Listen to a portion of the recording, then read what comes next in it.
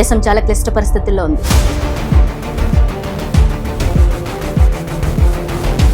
ఏం జరిగింది? ఇంత సడన్ గా అటాక్ ఎందుకు జరిగిందని? ఇంత సడన్ గా జరగలేదు. అది దీని వెనక దాదాపు 2 సంవత్సరాల నుంచి జరుగుతున్న ప్లానింగ్ ఉన్నది. నువ్వు జాగ్రత్తగా గమనిస్తే ఇలాంటివి జరగడానికి కారణం ఏంటంటే వాళ్ళల్లో పేదరికం, వాళ్ళల్లో చదువు లేకపోవడం ఒక్క కాదు. అమాయకుల్ని సామాన్యుల్ని చంపేయాలని చెప్పి ఇస్లాం చెప్పిందా? ముస్లిం కంట్రీస్ ఎన్ని ఉన్నాయమ్మా? చాలా. ఇస్లామిక్ కంట్రీస్ దాదాపు 60 కంట్రీలు ఉన్నాయి, 63 కంట్రీలు. You show me one single country which is peaceful. ఇది వాళ్ళ మతంలోనే ఉన్నది. కాంగ్రెస్ అంటే ముస్లిం, ముస్లిం అంటే కాంగ్రెస్ అని చెప్పేసి ఒక స్టేట్మెంట్ ఇచ్చేసారు. రేవంత్ రెడ్డి మొదట కాదు, మన్మోహన్ సింగ్ ఇంతకు ముందే ఇచ్చాడు. ఏ కాంగ్రెస్ ప్రెసిడెంట్ కూడా హిందువుల గురించి ఆలోచించిన వాళ్ళు లేడు, హిందువుల గురించి మాట్లాడిన వాళ్ళు లేడు, హిందువులకు సానుభూతి చూపించిన అటువంటి వాళ్ళు కూడా లేరు. జాతిపిత జాతికి అన్యాయం చేశారు. నువ్వు ఈ మాట మాట్లాడుతున్నాయి. జాతిపిత ఏందమ్మా? జాతిపిత ఏ జాతికి పిత? ఆయనకి బిరుదు ఇచ్చారు కదా. ఎవరమ్మా బిరుదు ఇచ్చింది?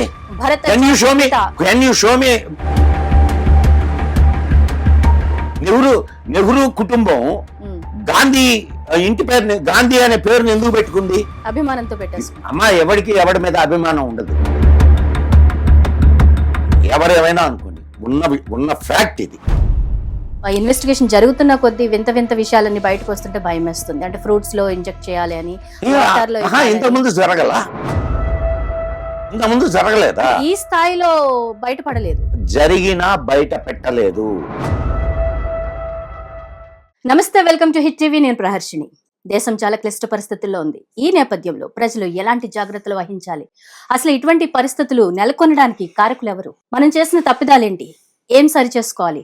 ఏ దిశగా మనం భావితరాలకి ఆదర్శంగా నిలబడాలి? ఇలాంటి విషయాలన్నీ కూడా మనం మాట్లాడుకుందాం. ఈరోజు మనతో పాటు ఒక స్పెషల్ గెస్ట్ ఉన్నారు. ఆయనకి పరిచయం అవసరం లేదు. ఆయనకి ఎంతో మంది అభిమానులు ఉన్నారు. సూటిగా స్పష్టంగా కుండ బద్దలు కొట్టినట్టు మాట్లాడే మదన్ గుప్తా గారు మనతో పాటు ఉన్నారు. Social activist. ఆయనతో మాట్లాడదాం. నమస్కారం అండి మదన్ గుప్తా గారు. నమస్తే అమ్మా. మదన్ గుప్తా గారు, ఈ టైంలో మీరే కరెక్ట్ గా మాట్లాడతారు, అందుకే మిమ్మల్ని పిలవడం జరిగింది. సో మరి ఢిల్లీలో జరిగిన బాంబ్ బ్లాస్ట్ విషయానికి వస్తే అందరూ నివ్వెరపోయారు, భయభ్రాంతులకు గురయ్యారు. యావత్ భారతావని ఒక్కసారిగా నిస్తేజంగా ఉండిపోయింది. ఏం జరిగింది? ఇంత సడన్ గా అటాక్ ఎందుకు జరిగింది అనేసి? ఇంత సడన్ గా ఏం జరగలేదమ్మా. You are very wrong. ఇంత సడన్ గా జరగలేదు. అది దీని వెనక దాదాపు 2 సంవత్సరాల నుంచి జరుగుతున్న ప్లానింగ్ ఉన్నది. అండ్ నువ్వు జాగ్రత్తగా గమనిస్తే జైషే మహమ్మద్ ఇప్పుడు దాని ప్లాన్ మార్చుకుంది. ఎలా అంటే, ఇంతకుముందు మదర్సా చాపల్ని తీసుకొని వచ్చి వాళ్ళ ద్వారా ఇచ్చేది. ఇప్పుడు వాళ్ళు చదువుకున్నటువంటి వాళ్ళని, అంటే అఫ్ కోర్స్ మొదటి నుంచి చదువుకున్న వాళ్ళు ఉన్నారు.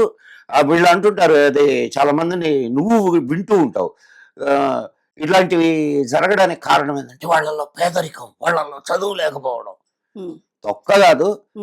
ఇప్పుడు ఈ ఇన్సిడెంట్ లో పట్టుబడ్డ వాళ్ళందరూ డాక్టర్లు అండ్ లేడీస్. ఇది మతమౌఢ్యం అమ్మా. నీకు అంత చదువుకొని వాడికి ఏం పోయే కాలం? డాక్టర్ గా ఉండి. అండ్ మనకు ప్రభుత్వాలు కూడా అమ్మా ఓట్ బ్యాంక్ కోసం, ఇందాక ఈ కార్యక్రమం మొదలయ్యే ముందే నువ్వు అన్నావు ఏది, మదన్ గుప్తా గారు, ఇప్పుడు పాపులేషన్ బీభత్సంగా పెరిగిపోతుంది. ముస్లిమ్స్ పాపులేషన్, మన హిందూస్ పాపులేషన్ అంటే తగ్గుతుంది. ఎందుకంటే మనకి ఇద్దరు ముద్దు రేషియో మారుతూ ఉంటుందమ్మా. అవును అవును. ఇప్పుడు వాళ్ళకి 4 పిల్లలు, ఒక్కొక్కరు 4 పిల్లలు, 4 16 మంది. వీళ్ళు 4 1 5 21 మంది ఒక ఫ్యామిలీలో. భవిష్యత్తులో రాజకీయాలను శాసించే స్థాయికి ఈ జనాంగం వెళ్ళిపోయే దిశగా కనబడుతోంది. ఒక విషయం గుర్తుపెట్టుకోమ్మాయి, ఎప్పుడు కూడా ప్రకృతి బ్యాలెన్సెస్ చేస్తూ ఉంటుందమ్మా. ఎప్పుడైనా సరే చూడు, నువ్వు జాగ్రత్తగా గమనించు, మన హిస్టరీని అంతా గమనించు. ఈ బ్యాలెన్సెస్ తప్పినప్పుడు ప్రకృతి బ్యాలెన్స్ చేస్తుంది. ప్రివెంటివ్ చెక్స్, పాజిటివ్ చెక్స్ అని అంటారు. నిన్ను నువ్వు నియంత్రించుకోవాలి. నిన్ను నువ్వు నియంత్రించుకోకపోతే నిన్ను ప్రకృతి నియంత్రిస్తుంది. ఇది ఐరన్ లా. ఇప్పుడు నువ్వు 10 మందిని కనాలా, జనాభా తక్కువ ఉన్నప్పుడు ఓకే. ఓకే.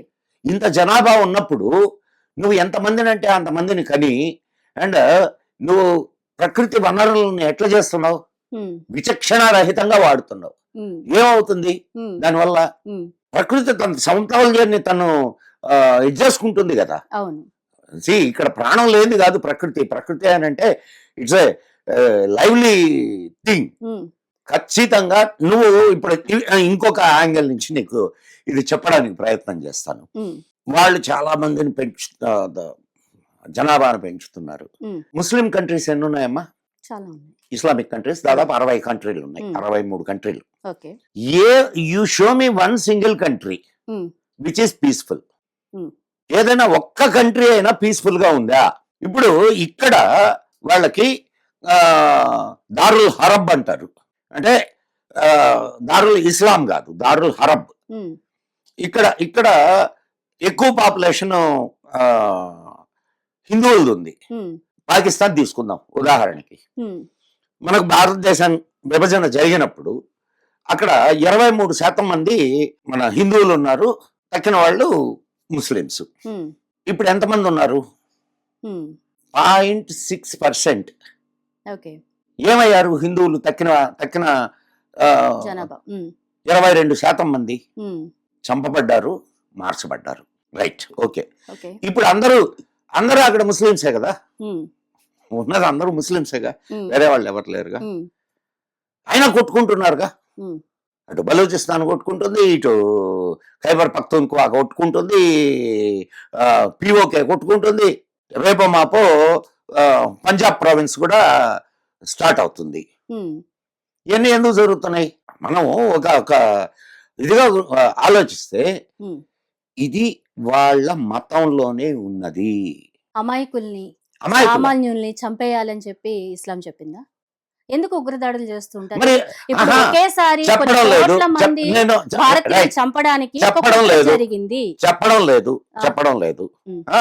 ఉమ్. కానీ వచ్చే ఉగ్రవాదులందరూ ఒకే మతం నుంచి ఎందుకు వస్తున్నారు చెప్పు నాకు. ఈ ప్రశ్నకు సమాధానం చెప్పు. అదే కదా, వాళ్ళు ఇస్లాం చెప్తుంది మాకు జిహాద్ అని, అదని, ఇదని వాళ్ళని వాళ్ళు ప్రమోట్ అంటే చేస్తారు. దాని అర్థం ఏంటి? చెప్తుందనే కదా. దాని అర్థం చెబుతుందనే కదా. అవును. సో జనాభాను పెంచు, ఉమ్, రాజ్యాధికారం సంపాదించు. అసలు మనల్ని పరిపాలించినటువంటి నాయకులకు బుద్ధి ఉండాలమ్మా. అవును. ఇటీవలే కాంగ్రెస్ ముఖ్యమంత్రి, తెలంగాణ ముఖ్యమంత్రి ఎవరైతే ఉన్నారో రేవంత్ రెడ్డి గారు, ఆయన కాంగ్రెస్ అంటే ముస్లిం, ముస్లిం అంటే కాంగ్రెస్ అని చెప్పేసి ఒక స్టేట్మెంట్ ఇచ్చేశారు. అంటే ఇప్పుడు దాని- జరుగుతున్న ఆ, పరిణామాలకి మనకు బుద్ధి కాంగ్రెస్ లేని పార్టీ హిందువులు, బుద్ధి లేని బాధ్యత హిందువులు, వహిస్తుందంటే? హిందువులకు బుద్ధి లేదు. ఉమ్. అదే ఎందుకనంటే statements కాదు ఈ స్టేట్మెంట్ రేవంత్ రెడ్డి మొదట కాదు, ఉమ్, మన్మోహన్ సింగ్ ఇంతకు ముందే ఇచ్చాడు. ఓకే. భారతదేశంలో ఉండేటటువంటి ఈ ఆ, మన అంటే వనరుల మీద ప్రథమ అధికారం ముస్లింస్కు ఉందని. ఓ. మరి ఆ తాన్లో గుడ్డే ఇది. కాబట్టి ప్రత్యేకించి ఈయన్ని మనం అనుకోవాల్సిన ఇదేం లేదు. తరతరాల నీకు నుంచి నువ్వు టేక్ ద కాంగ్రెస్ చరిత్ర తీసుకోమ్మా. ఓకే. కాంగ్రెస్ ని ఎవరు స్టార్ట్ చేశారు? ఏవో హ్యూమ్. ఎప్పుడు స్టార్ట్ చేశాడు?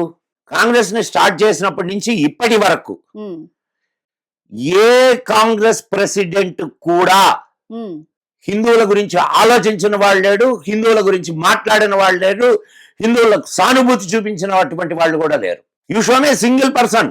పబ్లిక్ ఛాలెంజ్ చేస్తున్నారు మీరు.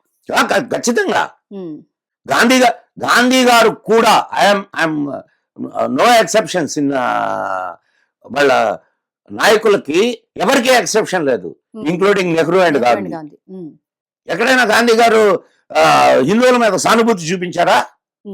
అనేక సంఘటనల్లో హిందువులను విమర్శించారు. జాతిపిత జాతికి అన్యాయం చేశారు. నువ్వు ఈ మాట మాట్లాడకమ్మాయి దయచేసి.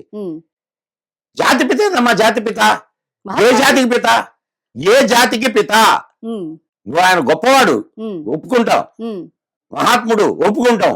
జాతిపిత ఏంటి? ఆయనకి బిరుదు ఇచ్చారు కదా. ఎవరమ్మా బిరుదు ఇచ్చింది?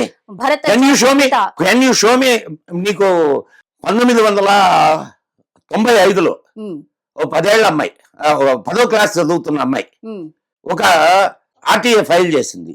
ఓకే. తెలుసా నీకు? ఇది తెలీదు. నువ్వు చెప్పండి. అడిగినటువంటి ఇష్యూ మీద మ్హూ.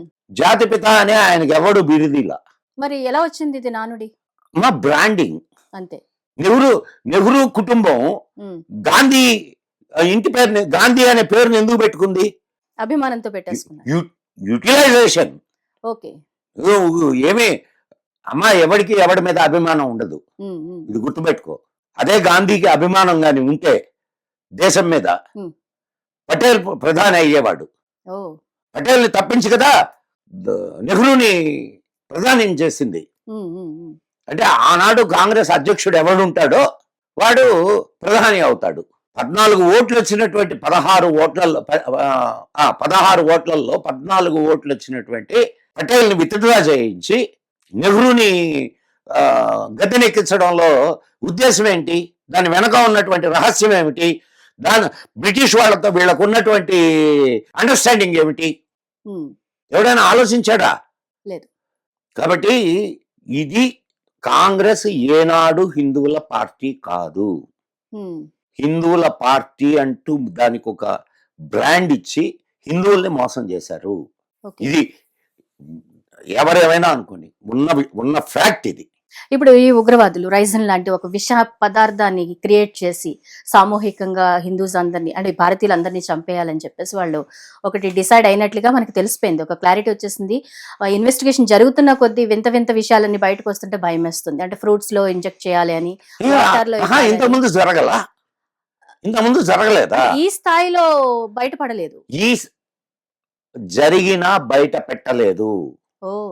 మరి ఇప్పుడు ఇంతకంటే బాంబే ముంబై దాడి. బాంబు దాడులు జరిగినాయి కదా. ఉమ్, ఉమ్. కాంగ్రెస్ నాయకులందరూ ఆ రోజు ఏం మాట్లాడారు? ఇది హిందూ ఉగ్రవాదం అని మాట్లాడారా? పుస్తకం కూడా రాశారు తెలుసా మీకు ఓకే. దాని మీద. వాడైతే హిందూ ఉగ్రవాదం అని చెప్పి ఓ ఇది టెర్రరిస్ట్ కి చేతికి కలావా ఉంది, అంటే ఇట్లా మనం తాడు కట్టుకుంటాం కదా, ఉమ్, అలాంటిది ఉంది. ఉమ్. అది చూపించి వాడు ఇదిగో ఇది హిందూ టెర్రరిస్టుల దాడి. తీరా వాడిని పట్టుకొని ఇది చేస్తే వాడు పాకిస్తాన్ నుంచి వచ్చిన వాడు. ఉమ్. ఇప్పుడు ఈ పరిస్థితుల్లో భారతీయులు హిందువులు ఎలా తమను తామని రక్షించుకోవాలి? ఇప్పుడు ఏం చేయాలి? అమ్మ, ప్రతి ఒక్క హిందూ హిందూ జాగో అని చెప్పి అంటారు కదా. అవును. వాడు నిద్ర లేవాలి. వాడు నీ శత్రువు ఎవడు నీకు అనేది తెలుసుకోగలగాలి. శత్రుబోధ్ అంటారు దాన్ని. ఓకే. శత్రుబోధ్ ఉండాలి.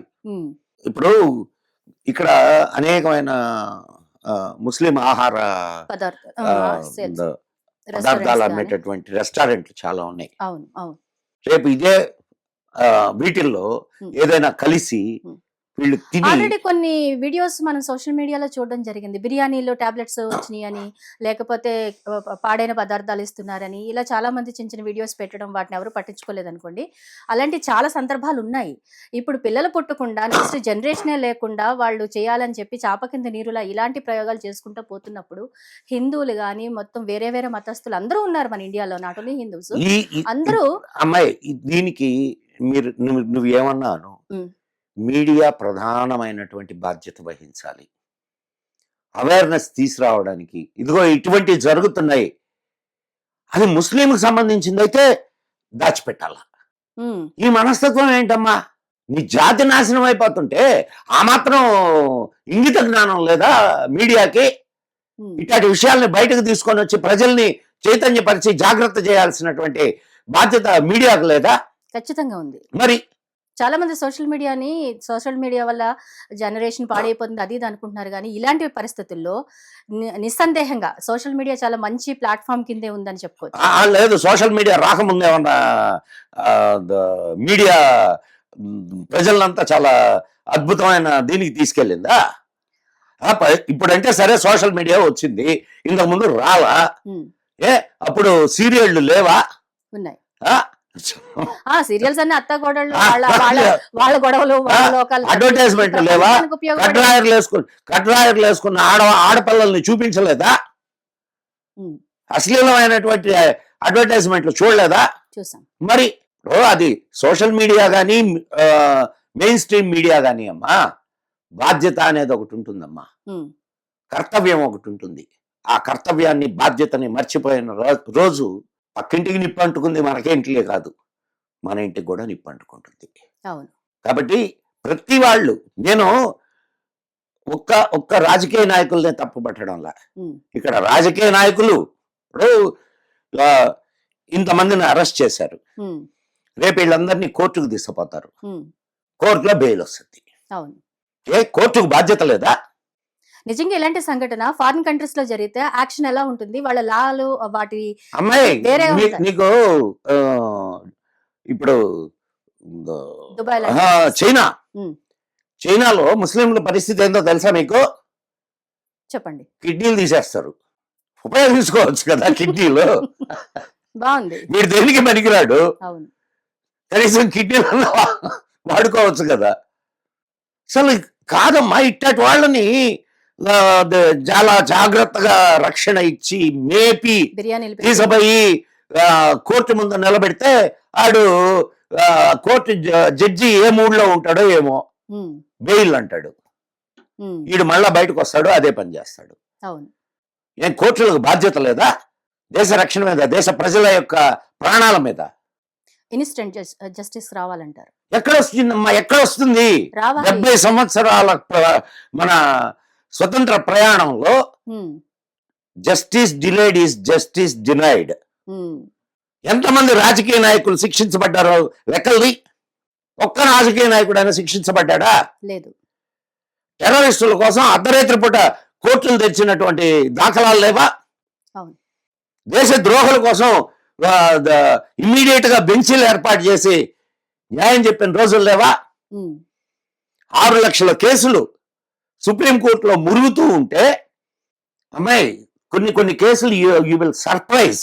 ఉమ్, కొన్ని కేసెస్ మీకు వాళ్ళకి కనీసం అంటే కోర్టు ఫీజు, లాయర్ ఫీజు చెల్లించే అవకాశం కూడా ఉండదు. ఉమ్, అటువంటి వాళ్ళని ఏదో నేరం కింద వేస్తారు. అవును. బెయిల్ అప్లై చేసుకునే దానికి కూడా వాళ్ళకి అవకాశం లేదు. అవును. ఇప్పుడు ఒక నేరం చేసావు నువ్వు, ఉమ్, నిన్ను జైల్లో వేశారు. ఉమ్, నీకు ఈ నేరానికి జైలు శిక్ష ఉమ్, 3 సంవత్సరాలు అనుకుందాం, ఉమ్, అంటే అకార్డింగ్ టు ఇలా. క్రిమినల్ లా ఉమ్, 3 సంవత్సరాలు. ఉమ్, వాడు 5 సంవత్సరాలు 6 సంవత్సరాల నుంచి మధ్య జైల్లో మధ్య. ఉన్న వాళ్ళు ఉన్నారు. అవును. అవును. మరి ఏంటి జస్టిస్? ఒక్కటే గుర్తుపెట్టుకోమ్మా, ఉమ్, భయం లేకపోతే రాజ్యం నడవదు. అవును. నేను ఈ నేరం చేస్తే నేను శిక్షింపబడతాను, నాకు శిక్ష పడుద్ది, నాకు చాలా అంటే ప్రాణాలు పోతాయి, లేకపోతే ఇంకొక హాని జరుగుద్ది అనేటటువంటి భయం ఉన్నప్పుడు ఒక్కడు కూడా ఒక్క నేరం చేయడు. ఉమ్, కరెక్ట్ గా చెప్పారు. ఇప్పుడు యూపీ తీసుకోమ్మా. ఉమ్, యూపీలో మీకు తెలుసో తెలీదో, మాకు తెలుసు, ఉమ్, మేము ఢిల్లీకి తరచూ వెళ్తూ ఉంటాను. ఉమ్, యూపీ బార్డరు అండ్ బీహార్ ఇది కానీ వస్తే ఉమ్, తలుపులు వేసుకొని కూర్చుంటాం లోపల. అబ్బో.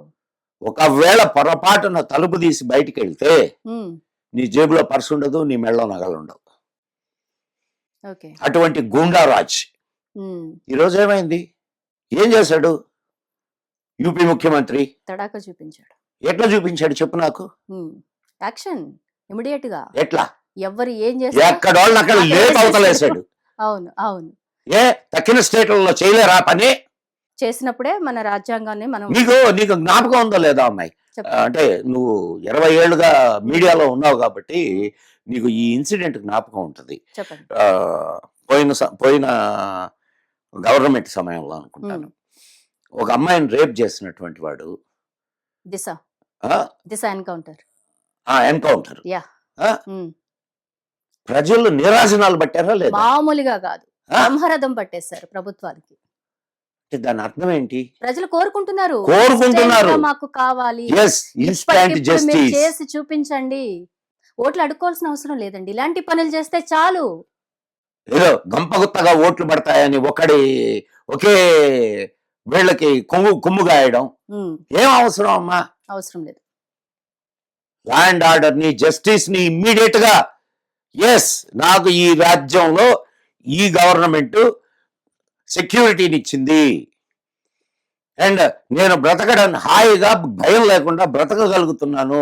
నిజంగా ఒక దశలో మోదీ గారి విషయంలో ప్రపంచ దేశాలు నిరాజనాలు పలకడానికి ఆయన సర్జికల్ స్ట్రైక్ కానివ్వండి, ఆపరేషన్ సింధూర్ కానివ్వండి, ఇలాంటి యాక్షన్స్ చూపించినప్పుడు శభాష్ అనిపించింది. అవును, ఇలాంటి నాయకుడు కదా మనకు కావాలనిపించింది.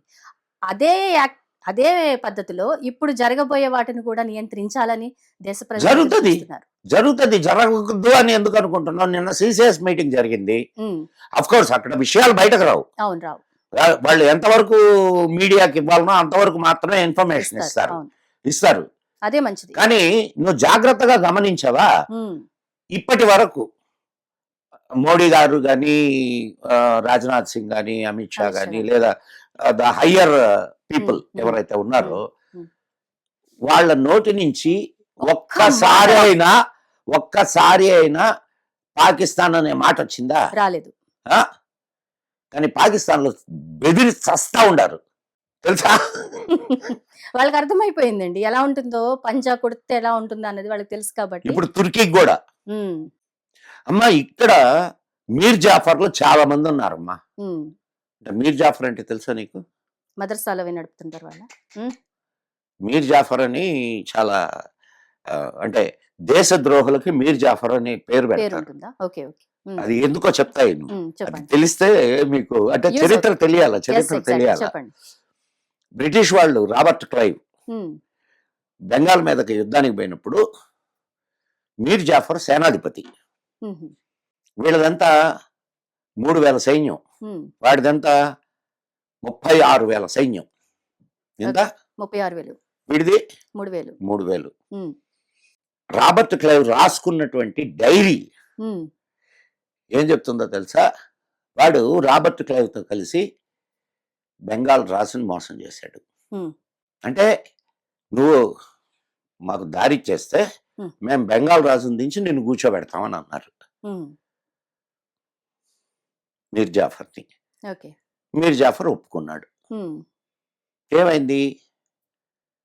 వాడిని దించారు, ఈయన్ని దించారు, మొత్తం దేశాన్ని దోచుకున్నారు. సరిపోయింది. అందుకని మీర్ జాఫర్, దేశద్రోహికి మీర్ జాఫర్ అనే ఒక పేరు వచ్చింది. వాడు రాబర్ట్ క్లైవ్ రాసుకుంటాడమ్మా, వాడు డైరీలో ఏం రాసుకున్నాడంటే, మేము కలకత్తా వీధుల్లో మా సైన్యంతో నడిచిపోతుంటే అటువైపు ఇటువైపు ఉన్నటువంటి జనాలు పెద్ద పెద్దగా అరుస్తున్నారు. వాళ్ళందరూ చేతిలో ఒక రాయి తీసుకొని మా మీద వేస్తే ఆ రాళ్ల గుట్టల కింద మేము కప్పపడిపోయేవాళ్ళం అని రాసుకున్నాడు. అంటే ఎంత స్పృహ మనలో ఉంది అనేది నీకు ఈ ఇన్సిడెంట్ తెలియజేస్తుంది. మనం అమ్మా, ఇప్పుడు మనకు శత్రువు ఇవ్వడం మనకు తెలియకుండా మనం బ్రతికేస్తున్నాం. ఎన్నేళ్ళు బతుకుతాంలే, ఇప్పుడు బాగానే ఉంది కదా. తర్వాత నీ బిడ్డల పరిస్థితి ఏంది? వాళ్ళ గొంతుల మీద కత్తులు వస్తే నువ్వు కాపాడతావా? నాడెవరో చేసిన దానికి ఇప్పుడు మనం అనుభవిస్తున్నాము. మనం నిర్లక్ష్యంగా వ్యవహరించడం వల్ల రాబోయే తరాలు అనుభవిస్తాయి. నీ బాధ్యత ఇది. అవును, ఇది నీ దేశం, నువ్వే కాపాడుకో. ఖచ్చితంగా. నువ్వు చూడమ్మా, ఒక ముస్లింకి ఇబ్బంది వస్తే పోవడానికి 63 ముస్లిం కంట్రీలు ఉన్నాయి. ఒక క్రిస్టియన్కి ఇబ్బంది వస్తే పోవడానికి 100 క్రిస్టియన్ కంట్రీలు ఉన్నాయి. ఒక హిందూకి ఇబ్బంది వస్తే పోవడానికి you show me one single Hindu country. Hindu country కావాల్సినటువంటి దాన్ని నువ్వు సెక్యులర్ కంట్రీ అనే ముసుగేసి హిందువుల్ని మోసం చేస్తుంది కాదా? అవును, 100%. మదన్ గారు, ఇప్పుడు సనాతన ధర్మం గురించి మనం చాలా సార్లు వింటున్నాం, మాట్లాడుకుంటున్నాము. క్లియర్ గా హిందూ తెలుసుకోవాల్సినటువంటి సనాతన ధర్మంలోని అంశాలేంటి? హిందూ ఏం చేయాలి ఈ ధర్మాన్ని కాపాడుకోవడం కోసం? చూడమ్మా, సనాతన ధర్మం అనగానే ఏదో ఒక చిన్న పదం, చాలా సింపుల్ గా మనం మాట్లాడేసుకున్నాం. ఏం చేయాలి? పోలడు చేయాలి. హిందూ ఇది జీవన విధానం, ఒక సిస్టమ్ ఆఫ్ లైఫ్. ఈ సిస్టమ్ ఆఫ్ లైఫ్ ని నువ్వు అడాప్ట్ చేసుకోవాలి. ధర్మబద్ధంగా జీవించడం అని అంటే ఏదో నేను హిందువుని అని సంకలగరేసుకుంటూ పోవడం కాదు. ప్రతి వాడు హిందువుగా నీ కర్తవ్యం ఏమిటి? ఉమ్, నీ తల్లిదండ్రుల పట్ల నీ కర్తవ్యం ఏమిటి? నీ పిల్లల పట్ల నీ కర్తవ్యం ఏమిటి? నీ భార్య పట్ల నీ కర్తవ్యం ఏమిటి? నీ సమాజం పట్ల నీ కర్తవ్యం ఏమిటి? నీ దేశం పట్ల నీ కర్తవ్యం ఏమిటి? ధర్మం అంటారు దాన్ని. ఉమ్, ఇవన్నీ ధర్మాలమ్మా. ఇవన్నీ కర్తవ్యాలు కాదు, ధర్మాలు. ఓకే. నీ నీ బిడ్డల్ని సరి అయిన దారిలో నువ్వు పెంచలేదు నాయన, ఉమ్, ఏమవుతుంది? వాళ్ళ జీవితం టుమారో మారుతుంది. వాడి జీవితం కాదు, సమాజం దుబ్బిద్ది. అంతంటారా? కాదా? అవును, అవును, అవును. మన ఆలోచన ఇంతవరకే ఉంటది. ఇప్పుడు నేను మాట్లాడింది చూసారా, బిడ్డను సరిగా పెంచకపోతే వాడి జీవితం పాడవుతుంది అని సామాన్యులు ఆలోచిస్తారు. కానీ సమాజం పాడైపోతుంది. సమాజం పాడైపోద్ది. కరెక్ట్. నువ్వు ఎవరికి ద్రోహం చేసినట్టు? నీకు సమాజానికి. బిడ్డకు కాదు, సమాజానికి ద్రోహం చేసినట్టు. అవును, అవును, కరెక్ట్ గా చెప్పారు. మరి అటువంటప్పుడు బాధ్యతగా తల్లిదండ్రులు బిడ్డల్ని పెంచాల్సినటువంటి, సంస్కారయుతంగా పెంచాల్సినటువంటి బాధ్యత తల్లిదండ్రుల మీద లేదా? ఉంది. 16 ఏళ్ళు వచ్చేంత వరకు నీకు బిడ్డ మీద ఒక అధికారం ఉంటుందమ్మా. ఉమ్, వాడిని నువ్వు కొట్టచ్చు, తిట్టచ్చు, లేదు క్రమశిక్షణలో పెట్టారు. క్రమశిక్షణలో పెట్టచ్చు. 16 సంవత్సరాల తర్వాత నీకు ఏ అధికారం లేదు. వాడిని నువ్వు ఒక స్నేహితుడిగా చూడాల. ఓకే. అయితే ఈ 16 సంవత్సరాల్లో నువ్వు ఏదైతే నేర్పిస్తావో అది వాడి జీవితాన్ని మొత్తాన్ని శాసిస్తుంది.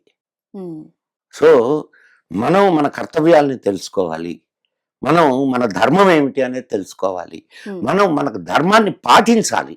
ఇంకొకటి, ఆ ధర్మానికి హాని జరిగితే ధర్మమే రక్షిస్తుంది.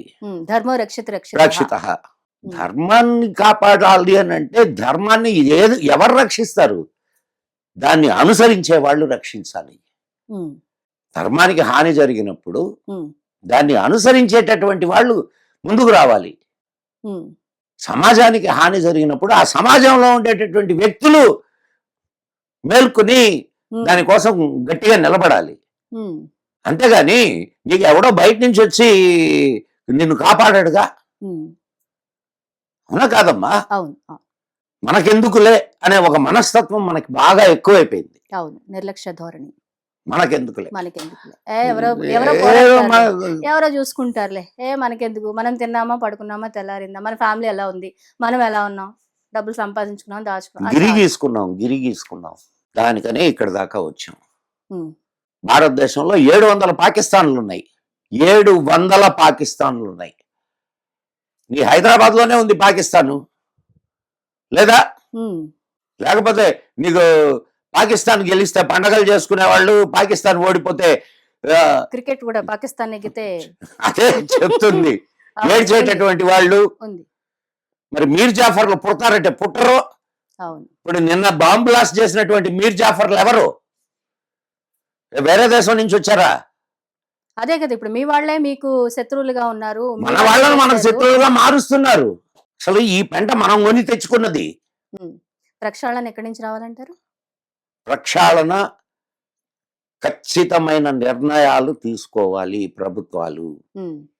ప్రజలు కూడా తమ శత్రువు ఎవరో తెలుసుకొని మసలుకోవాలి. ఈ జరిగేటప్పుడు అదే 40 రోజులు వాళ్ళ ఫాస్టింగ్ ఉంటుంది. ఎంతమంది హిందువులు వెళ్ళి హలీం తింటారమ్మా? అందరూ తింటున్నారండి. ఎవరు తింటలేదని అడగండి, చాలా తక్కువ మంది తినని వాళ్ళు. రేపేదైనా కలిస్తే దాంట్లో రెజినో లేకపోతే ఇంకోటో ఏదో కలిస్తే వీళ్ళ బతుకులు ఏం కావాలా? ఖచ్చితంగా స్వయం కృతాపరాధంలోకి వెళ్ళిపోతుంది ఇదంతా. నేను ద్వేషంతో మాట్లాడడం లేదమ్మా, ముందు జాగ్రత్త పడండి అని మాత్రమే మాట్లాడుతున్నా. ఓకే, జరిగిపోయింది, విభజన జరిగింది. ఇక్కడ ఉండేటటువంటి వాళ్ళు ఏ ఉద్దేశంతో ఇక్కడ ఉన్నామని చెప్పి చెప్పుకున్నారు నీకు తెలుసో తెలీదు. ఆయన మనకు స్వాతంత్రం అనంలే, నేను అధికార బదిలీ జరిగిన కొద్ది రోజు స్వతంత్రం అని ఎందుకు అన్నారు? స్వతంత్రం ఎక్కడ? అధికార బదిలీ అది. అంతేనా? మనకి స్వాతంత్రం రాలేదా? నీకు స్వాతంత్రం వచ్చిందా రాలేదా నేను చెప్తా నీకు. అధికార బదిలీ జరిగింది మనకి. తెల్లవాడు పోయి నల్లవాళ్లలో తెల్లవాడిని కూర్చోబెట్టిపోయాడు. మనకి పూర్తిగా స్వాతంత్రం రాలేదు. దాన్ని స్వాతంత్రం అనరు, దాన్ని ట్రాన్స్ఫర్ ఆఫ్ పవర్ అంటారు. అధికార బదిలీ. రిచర్డ్ ఆట్లీ సంతకం పెట్టినటువంటి పత్రాల పైన ఉన్నటువంటి హెడ్డింగ్ చదువు. ఓకే. అధికార బదిలీ, Hmm. Transfer of power. ఉమ్, అవునా కాదా? నేను చెప్పడం కాదు, you go and Google it. Google it. Okay okay. ఆ పత్రాలు వస్తాయి, ఆ పత్రాల మీద ఏముందో చదువు. సో 70. నీకు ఇంకొక విషయం చెప్తా. ఆయన చెప్పండి. ఇంగ్లాండ్ లో టైమ్ అనే మ్యాగజైన్ ఉమ్, స్పెషల్ ఇష్యూని రిలీజ్ చేసింది. Hmm. దాని మీద మోడీ బొమ్మ. Hmm. India got independence in 2014 అని రాసింది. నిన్ను నువ్వెక్కడ పరిపాలించుకున్నావు? నిన్ను పరిపాలించిందంతా ఇప్పటిదాకా విదేశీయులే. ఉమ్, ఇదేం సార్, నెహ్రూ పరిపాలించాడు కదా, ఉమ్, నెహ్రూను కూర్చోబెట్టింది ఎవరు అవును, ఇండైరెక్ట్ గా వాళ్ళేగా. కదా? కా. సరే, నెహ్రూ చనిపోయాడు, సరే ఉమ్, లాల్ బహదూర్ శాస్త్రి వచ్చాడు. ఉమ్, ఆయన నిజంగా ఈ దేశం కోసం పనిచేసిన వాడు. ఆయన ఎంతకాలం బతకనిచ్చారు? ఉమ్, అవునా కాదా? అవును. తర్వాత ఎవరిని తీసుకొని వచ్చారు? ఉమ్, ఇందిరాగాంధీ. తర్వాత ఎవరిని తీసుకొని వచ్చారు? రాజీవ్ రాజీవ్ గాంధీ. తర్వాత ఎవరిని తీసుకొని వచ్చారు? ఉమ్, పివి నరసింహారావు. పివి నరసింహారావు కూడా ఒక రకంగా వాళ్ళ చేతుల్లో కీలుబొమ్మే. ఉమ్, వీళ్ళందరూ ఇలా చాలా, చూసుకుంటూ పివి పోతే నరసింహారావు తెలుగువాడు కాబట్టి చాలా గొప్ప అనుకుంటా. గొప్పవాడే, నేను ఉమ్, కాదన్ను. ఉమ్, ఆయన చాలా విషయాల్లో హిందువులకి, ఇప్పుడు రామజన్మభూమి ఏర్పడడానికి వన్ ఆఫ్ ద రీజన్ ఆయన. ఉమ్, ఉమ్, ఆ కట్టడం కూలిపోతూ ఉంటే ఆయన కొంతవరకు ఉమ్, సహకరించాడు. ఉమ్, కానీ అదే పివి నరసింహారావు ఉమ్, ప్లేసెస్ ఆఫ్ వర్షిప్ యాక్ట్ ఉమ్, తీసుకొని వచ్చాడు, ఉమ్, and Waqf board amendment act తీసుకొని వచ్చాడు. ఉమ్, దానివల్ల కొన్ని లక్షల ఎకరాల భూములు ముస్లింల చేతికి పోయినాయి. ఉమ్, ప్లేసెస్ ఆఫ్ వర్షిప్ యాక్ట్ తీసుకురావడం వలన నీ దేవాలయాల్ని కూలగొట్టి ఆక్రమించుకుంటే, మసీదులు కడితే, నాకు అన్యాయం జరిగిందని నువ్వు కోర్టుకు పోవడానికి లేదు. ఉమ్, అంటే నీ ప్రాథమిక హక్కును కూడా హరించారు. సో నువ్వు ఇట్లా చూసుకుంటే, తర్వాత మన్మోహన్ సింగ్. ఉమ్. మన్మోహన్ సింగ్ నీ నవ్వులోనే నాకు అర్థం అవుతుంది. ఆయన మాత్రం ఏం చేస్తారండి? మరి ఎగ్జాక్ట్లీ, ఎందుకంటే అది దేశ ప్రజలందరికీ తెలుసు. ఆయన మంచిగా పరిపాలించారు. అయినప్పటికీ కూడా ఆయన కూడా ఒక అవును, కీలు బొమ్మలాగే వ్యవహరించిన ఆయన సందర్భం కూడా ఒక కీలుబొమ్మ కదా, ఆయన కీలుబొమ్మలాగే వ్యవహరించాడు, మంచిగా ఏం కాదు. అదేనండి. ఆయన ఉన్నప్పుడే కదా ఎన్ని బాంబు బ్లాస్టులు జరిగినాయి. నీ హైదరాబాద్ లో ఎన్ని జరిగినాయి? ఉమ్, ఉమ్. లుంబిని పార్క్ జరగలేదా?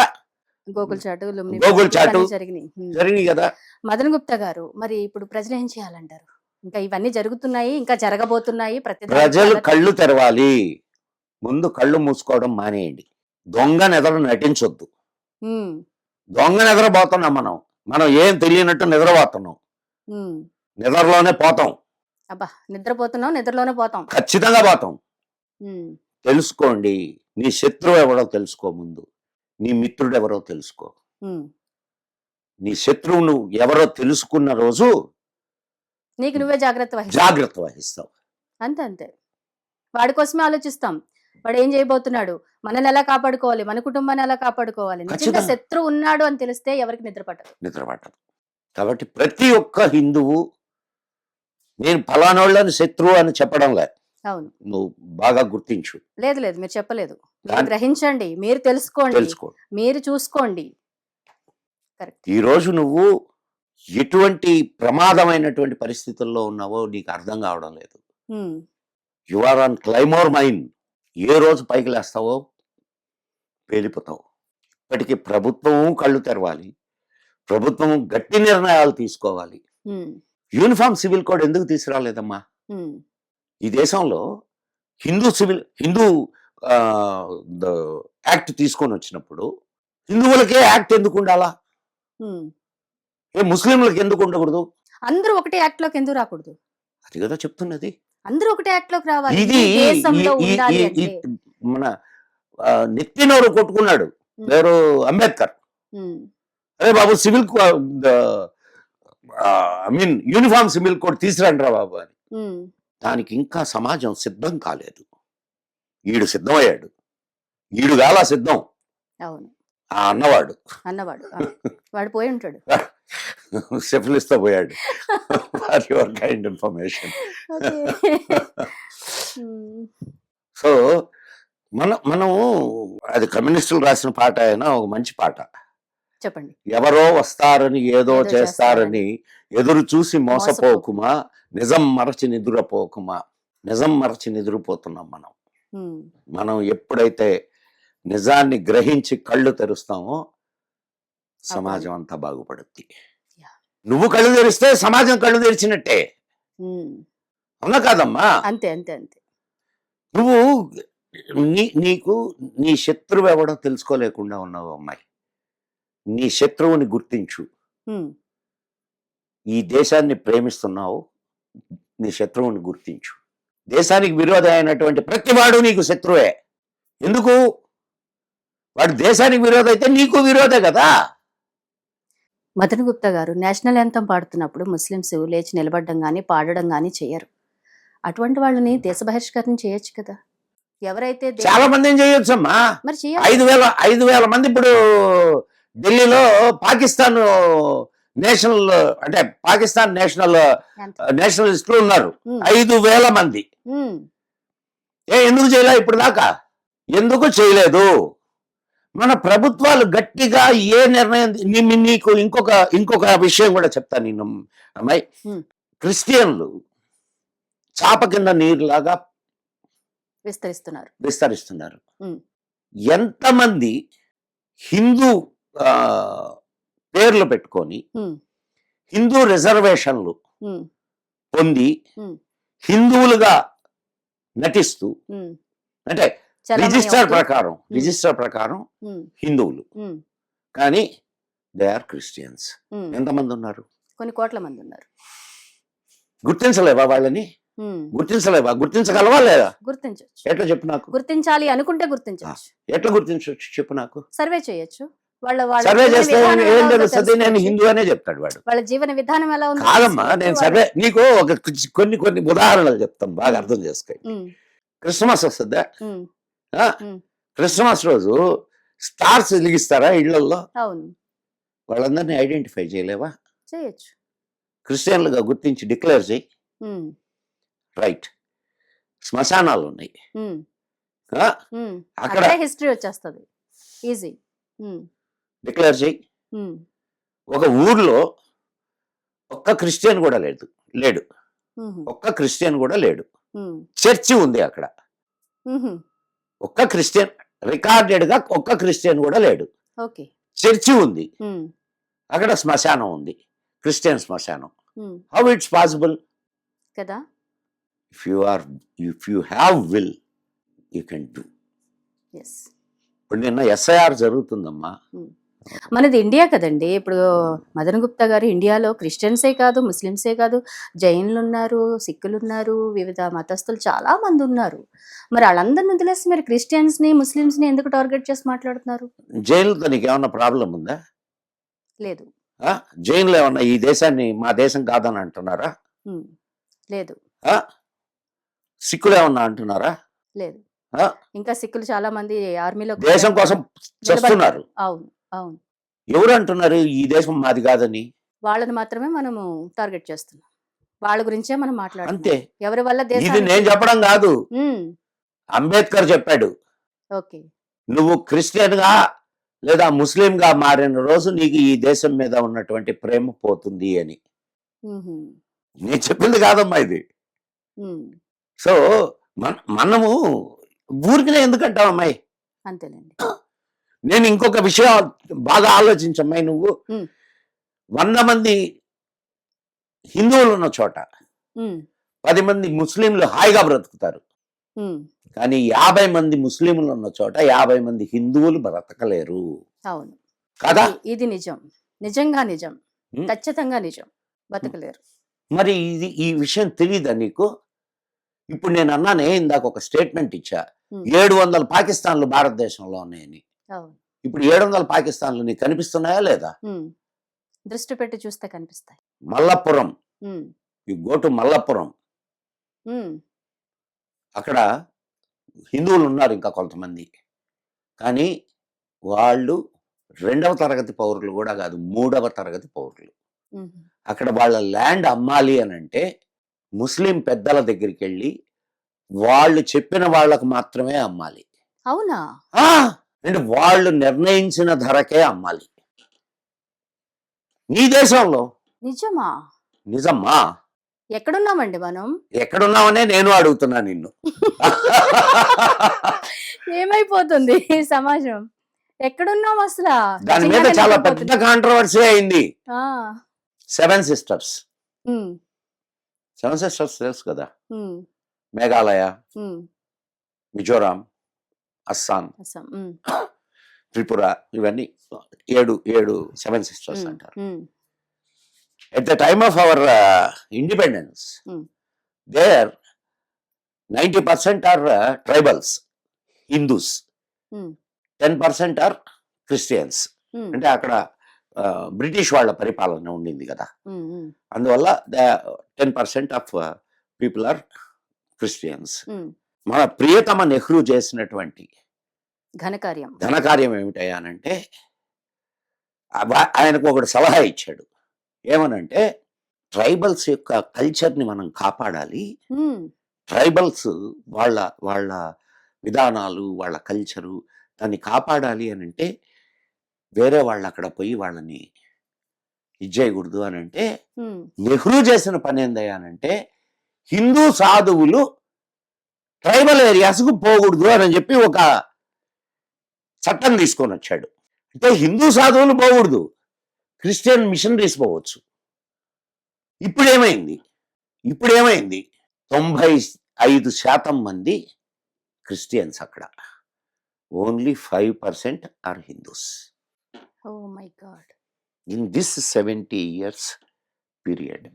అందుకే అంటారండి, ఒక పొజిషన్లో ఉన్న వాళ్ళు, పాలకులుగా ఉన్న వాళ్ళు తీసుకునే నిర్ణయాలు నెక్స్ట్ జనరేషన్ మీద ఎఫెక్ట్ చూపిస్తుంది. చరిత్రను మార్చేస్తాయి. మనం 2000 సంవత్సరాల ఆంగ్లేయుల ఇస్లాం పరిపాలనలో, 200 సంవత్సరాల క్రిస్టియన్ల పరిపాలనలో జరగని నష్టం 70 సంవత్సరాల కాంగ్రెస్ పరిపాలనలో జరిగింది హిందూ జాతికి. నీ చరిత్ర నీకు తెలియకుండా చేశారు, నీ గొప్పతనం నీకు తెలియకుండా చేశారు, నీ సంస్కృతి నీది కాకుండా చేశారు. ఎంత దుర్మార్గాలు జరిగినాయో నీకు చెప్పలేనమ్మా. చెప్పుకోవడానికి సమయం కూడా సరిపోదు. ఎన్ని గంటలు మాట్లాడుకుంటున్నా కూడా వస్తూనే ఉంటుంది ఖచ్చితంగా. అనేక అంశాలు మనం వాళ్ళంత సుదీర్ఘ చర్చలు పెట్టుకుని చెప్పుకున్నా కూడా తీరదు. మరి ఇన్ని ఉన్నాయి. మదన్ గుప్తా గారు, మళ్ళీ మనం మాట్లాడదాం చాలా విషయాల గురించి. మీలాంటి మేధావులు పబ్లిక్ తెలియచేయాల్సినటువంటి అవసరం చాలా. ట్యాగ్ తగిలించొద్దు. ఎందుకంటే మీరు ఫైర్ బ్రాండ్ లాగా అన్ని సూటిగా చెప్పాలండి. మేధావిత్వం అనే ఒక ట్యాగ్ తగిలించి ఇక్కడ మన ఇండియన్ ఫ్యామిలీస్ లో చూసుకున్నట్లయితే పేరెంట్స్ చెప్పరు, ఎందుకంటే వాళ్ళకి కూడా అంత క్లియర్ గా తెలియదు కాబట్టి పిల్లలకి ఏ విషయాలు తెలియకుండా చేశారమ్మా. ఇటువంటి పరిస్థితులు నెలకొంటాయి. తెలియకుండా చేశారు మనల్ని. మన విద్యా వ్యవస్థ మనకేం తెలియని లేదు, మన చరిత్ర పుస్తకాలు మనకేం తెలియని లేదు, మన మీడియా మనకేం తెలియని లేదు, మన సినిమాలు మనకేం తెలియని లేదు, పోనీ మన రాజకీయ నాయకులు మనకేం తెలియని లేదు. వాళ్ళకన్నా పూర్తిగా తెలుసు అంటారా రాజకీయ నాయకులు? ఎవరికి తెలీదు. నేను ఇప్పుడు వాళ్ళు కూడా మామూలుగా చదువుకొని బయటకు వచ్చిన వాళ్ళే కదా, వాళ్ళు ఈ సమాజంలో ఉన్నటువంటి వాళ్ళే కదా. నన్ను అప్పుడప్పుడు కొంతమంది రాజకీయ నాయకులు కలుస్తుంటారమ్మా. వాళ్ళు చెప్తుంటారు, సార్ అసలు మీరు చెప్తుంటే మాకు చాలా ఆశ్చర్యంగా ఉంది సార్, మీరు ప్రూఫ్స్ తో సహా ఇస్తున్నారు సార్, అయ్యి మేము ఎప్పుడు వినను కూడా లేదు సార్ అని అంటారు వాళ్ళు, పెద్ద పెద్ద రాజకీయ నాయకులు. సో నెక్స్ట్ జనరేషన్ కి ఇవన్నీ తెలియచేయాల్సినటువంటి అవసరం, ఆవశ్యకత చాలా ఉంది. మరి మీలాంటి బాధ్యత ఎగ్జాక్ట్లీ బాధ్యత చాలా ఉంది. అది మీలాంటి వాళ్ళు తెలియచేయాలి. మళ్ళీ మనం మాలాంటి వాళ్ళు తెలియజేయడం కాదు, మీలాంటి వాళ్ళు కూడా తెలియజేయడానికి ప్రయత్నం చేయండి. సో మేము కోరుకునేది మేము చెప్పాలని కాదు, మా తర్వాత తరం కూడా దాన్ని క్యారీ ఫార్వర్డ్ చేయాలా. అప్పుడే నీ హెరిటేజ్, నీ సంస్కృతి, నీ గొప్పతనం, నీ విలువ నీ తర్వాత తరం వాళ్ళకి చేరుద్ది. కాబట్టి ఈ రోజు నుంచి మీరు కూడా ప్రతి ఒక్కరి బాధ్యత. మీరు అసలు కూడా me and you. కాదు కాదు కాదు కాదు నీకు నీ ముఖాన కెమెరా ఉంది, కెమెరా ఉంది, నీ నోటి దగ్గర మైక్ మైక్ ఉంది. ఉంది. నువ్వు చెప్పేది చాలా మంది వింటారు. అవును. కాబట్టి వర్క్ చేయండి అమ్మా, యా, వర్క్ చేసి ప్రతి ఒక్కరి వినిపించండి, బాధ్యత మన వినిపించండి దేశ తల్లి. సంస్కృతి సాంప్రదాయాల గురించి తెలుసుకోవడం, నెక్స్ట్ జనరేషన్ కి వాటి తెలియజేయండి. గురించి తెలియచేయడము, మనల్ని మనం ఎలా కాపాడుకోవాలి, మన భరతమాతకి ముద్దు బిడ్డలమని చెప్పుకుంటే సరిపోదు, ఈ బిడ్డలే భారతదేశాన్ని కాపాడుకోవాల్సినటువంటి ఆయుధాలుగా ఎలా మారాలి, ఇలాంటి విషయాలన్నీ కూడా మనం తెలుసుకుంటా ఉందాం, మెలకుగా ఉందాం. మదన్ గుప్తా గారు, చాలా మంది తప్పులు చేసినప్పుడు, పాపాలు చేసినప్పుడు, ఎదుటి వాళ్ళని హింసించినప్పుడు, బాధ పెట్టినప్పుడు, వేరే కుటుంబం వాళ్ళని టార్గెట్ చేసి వాళ్ళ మీద ప్రతాపం చూపించిన వాళ్ళకి కర్మ వదిలిపెట్టదు, వీళ్ళకి ఖచ్చితంగా పనిష్మెంట్ ఇస్తుంది అని అంటూ ఉంటారు కదా.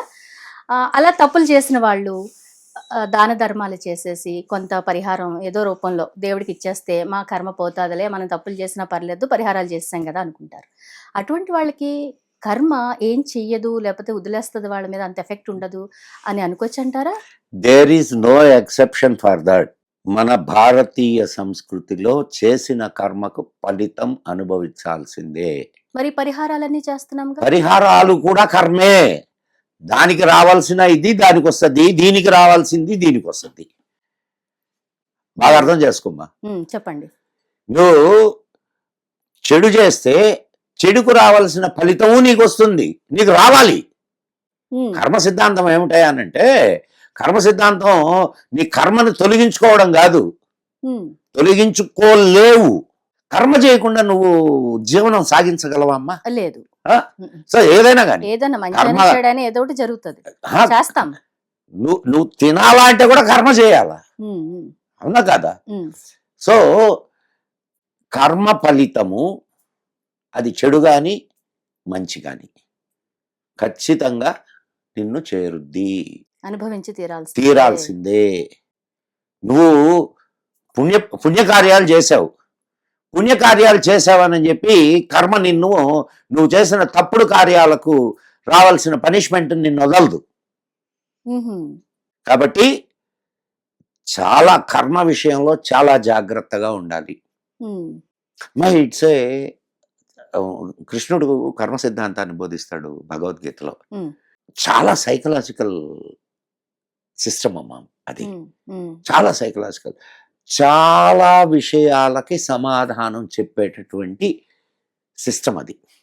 సరేనమ్మా, ఇప్పుడు నువ్వు ఒక ముస్లిం దగ్గరికి లేదా ఒక క్రిస్టియన్ దగ్గరికి వెళ్ళి, ఈ ప్రపంచంలో ధనవంతులు ఉన్నారు, పేదవాళ్ళు ఉన్నారు, అందగాళ్ళు ఉన్నారు, అందవికారులు ఉన్నారు, చాలా వికలాంగులు ఉన్నారు, అంగసౌష్ఠవంతో ఉండేవాళ్ళు ఉన్నారు, అనేక రకాలుగా ఉన్నారు. దేవుడు సృష్టించినప్పుడు ఇట్లాంటి తేడాలు ఎందుకు చేశాడు దేవుడు?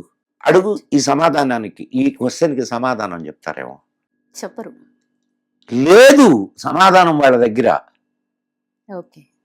కానీ మన హైందవ ధర్మంలో, మన సనాతన ధర్మంలో దానికి సమాధానాన్ని వెతికారు.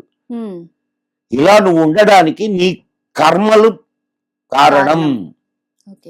నీ గత జన్మ కర్మలా, ఈ జన్మ కర్మలు. కొంతమంది పుట్టుకతోనే వైకల్యంతో పుడుతూ ఉంటారు. అదే చెప్తుంది, గత జన్మ కర్మలు అంటే జన్మ ఉంది, జన్మలు ఉన్నాయి. కొంతమంది నమ్మరు. ఇప్పుడు నువ్వు ఇంకొక పెద్ద దాన్ని కెలికావు అనవసరంగా. ఈ రెండు సిద్ధాంతాలు, కర్మ సిద్ధాంతం, పునర్జన్మ సిద్ధాంతం, ఈ రెండు సిద్ధాంతాలు భారతీయ ఫిలాసఫీకి పట్టుగొమ్మలు. నువ్వు లేదు అని చెప్పగలవా? పునర్జన్మ చెప్పలేము. సరే, నువ్వు నీ ఇంట్లో మీ తల్లిదండ్రి అంటే కొంచెం సేపు కాస్త వయస్సు వెనక్కుపో, వెళ్దాం. మీ ఇంట్లో లేని గుణాలు, మీ తల్లిదండ్రిలో మీ తాతల్లో లేని గుణాలు ఏమన్నా నీలో ఉన్నాయా? లేదు. కానీ కొందరు విషయంలో వాళ్ళ ఇంటికి సంబంధమే లేని గుణాలు చాలా ఉంటాయి. అరే ఎక్కడి నుంచి వచ్చిరే బాబు నీకు ఈ బుద్ధులు అంటారు వాళ్ళ ప్రవర్తన చూసి. అసలు ఎవరు ఇవి ఇలా వచ్చాడేంటి, ఇలా పుట్టాడేంటి అనుకుంటారు. అవునా కదా? అవును. మరి ఎక్కడి నుంచి వచ్చినాయి వాడికి? కొందరు ఎక్స్ట్రాడినరీ ఇంటెలిజెన్స్ తో పుడతారు.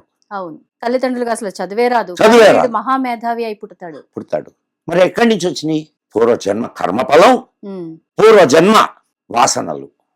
అంటే పునర్జన్మ ఉన్నట్టా లేనట్ట. ఉన్నట్టే. అండ్ వీడు ఎందుకు ఇట్లాంటి అనుభవిస్తున్నాడు అంటే గత జన్మలో చేసినటువంటి కార్యాల యొక్క ఫలితం ఇది. ఇప్పుడు ఈ జన్మలో చేసిన కర్మల్ని ఈ జన్మలోనే అనుభవిస్తామమ్మా, కానీ కొన్ని మిగిలిపోతాయి. ఎందుకంటారు? నువ్వు ఇప్పుడు సపోజ్ ఈ జన్మలో అనుభవించడానికి లేనంత భయంకరమైన కర్మలు చేసావు అనుకోమ్మా, నువ్వు ఏం చేయాలా? బ్యాలెన్స్ మిగిలిపోతుంది కాబట్టి మళ్ళీ జన్మెత్తాలి. Carry forward. సో కాబట్టి దానికి సమాధానం మన భారతీయ సంస్కృతి వెతికింది, ఇది కారణం అని చెప్పింది. So you are choosing your own birth. నువ్వు నీ బర్త్ ని ఎన్నుకొని పుడుతున్నావు. ఆ బర్త్ ని ఎన్నుకోవడం అనేది ఎట్లా జరుగుతుంది అని అంటే నీ పూర్వజన్మ కర్మల ఫలితాన్ని బేస్ చేసుకొని. కొంతమంది తిరుపతిలో రహస్య భక్తుడు ఒకడు వచ్చి కొన్ని కోట్ల రూపాయలు వేసి వెళ్ళిపోయారు, లేకపోతే కొన్ని వజ్రాలు వేసి వెళ్ళిపోయారు. నాట్ ఓన్లీ తిరుపతి, అమ్మాయి నేను ఒక మాట చెప్తాను, నేను ఒక మాట అడుగుతాను చెప్పు. మాత్రమే చెప్పేసి కాదు, నేను ఒక మాట అడుగుతాను చెప్పు. దేవుడికి నువ్వేమి ఇవ్వగలవు? మనం ఏమి ఇవ్వలేము. కానీ అలా కాదు, దేవుడికి నువ్వు ఇచ్చే అంత దానివే. అన్ని ఈ సృష్టి అంతా నడిపేటటువంటి వాడు, ఈ సృష్టి అంతా తానై ఉన్నటువంటి వాడు, వాడికి నువ్వేమి ఇవ్వగలవు అమ్మా? నువ్వు నీ సైకలాజికల్ సాటిస్ఫాక్షన్ కోసం దేవుని కూడా నువ్వు బ్రైబ్ చేస్తున్నావు. బంగారు ఆభరణాలు ఇచ్చేసి డబ్బు వేసేసి నా పాపాలు పోతాయనుకుంటే ఏం పోవు. నువ్వు ఏమి అట్లాంటి ఎక్సెప్షన్స్ భారతీయ అంటే ఫిలాసఫీలో లేవు. నువ్వు మంచి చేస్తే మంచి నీకు వస్తుంది, చెడు చేస్తే చెడు వస్తుంది, రెండు వస్తాయి, రెండు అనుభవించాల్సిందే.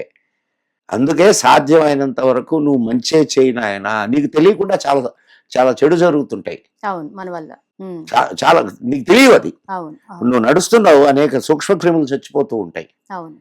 అండ్ నీ నీ నీ ప్రవర్తన వల్ల కొందరికి బాధ కలగవచ్చు, అది కూడా.